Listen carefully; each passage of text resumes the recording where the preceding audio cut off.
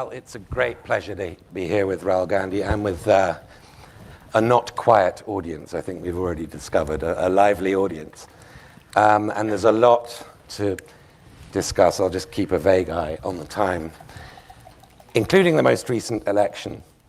But I'd like to start, if I may, with a higher altitude perspective of how we got here. Situation where Modi's still got a third term, in spite of having had his wings clipped. How did India reach this situation? The country of pluralism, secularism, your family's great role. What happened in the last 15 years to bring this about? I mean, I think, first of all, of course, Mr. Modi has a central role in it.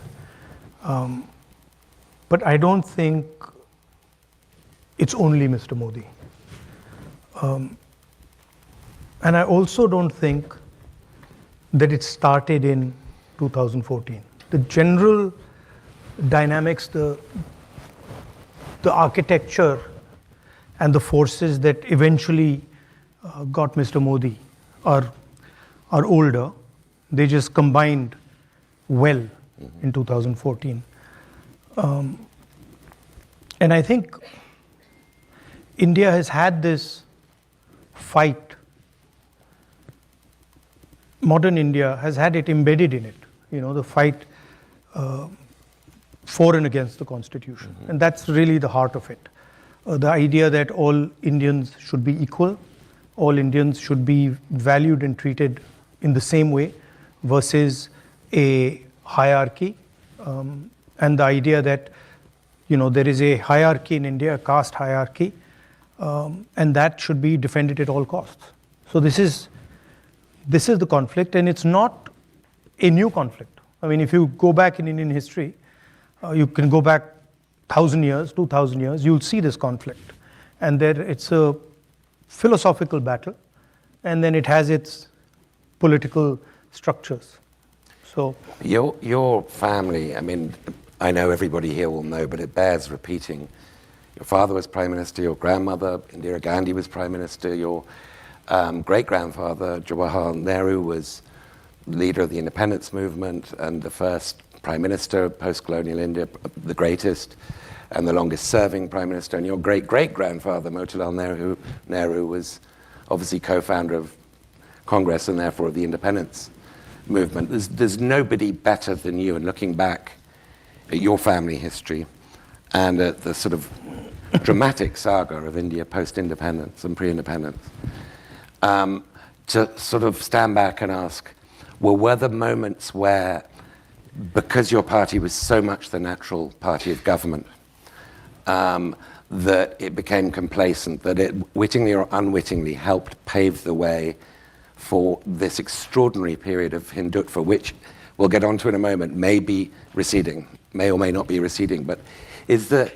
self-analysis Congress should do, even now, to figure out how we got here?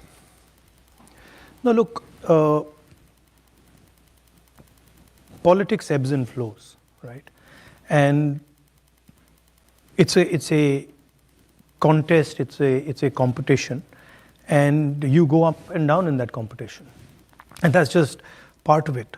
I think the way I view it, that this has given us and the India Alliance as a whole a lot of space to think about how we go forward. I think the politics in India has fundamentally changed.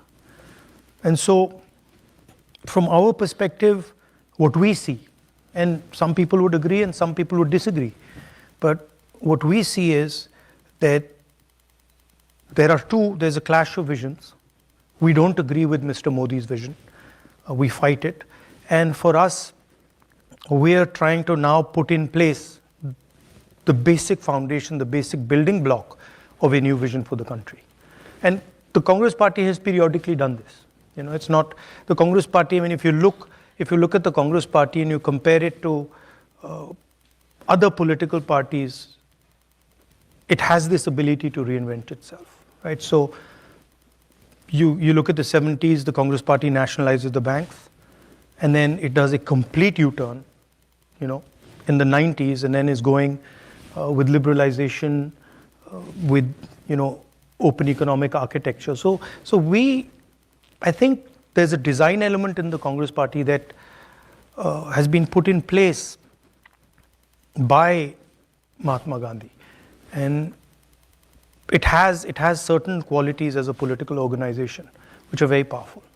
I mean, I was watching the elections, and there was a point in the elections when we sat down with our treasurer, and he was saying, look, the bank accounts are frozen. Now, how are you supposed to fight an election if your bank accounts are frozen? And so we were like, okay, we're done. That was the reaction, and we really didn't have an answer. But then the Congress Party fought an election with their bank accounts frozen, and has basically destroyed the idea of Modi, right? So it has, and you can see it because when you see the Prime Minister now in Parliament, and I come face to face with him, he's psychologically trapped, and he basically cannot come to terms. He cannot understand how this has happened, right?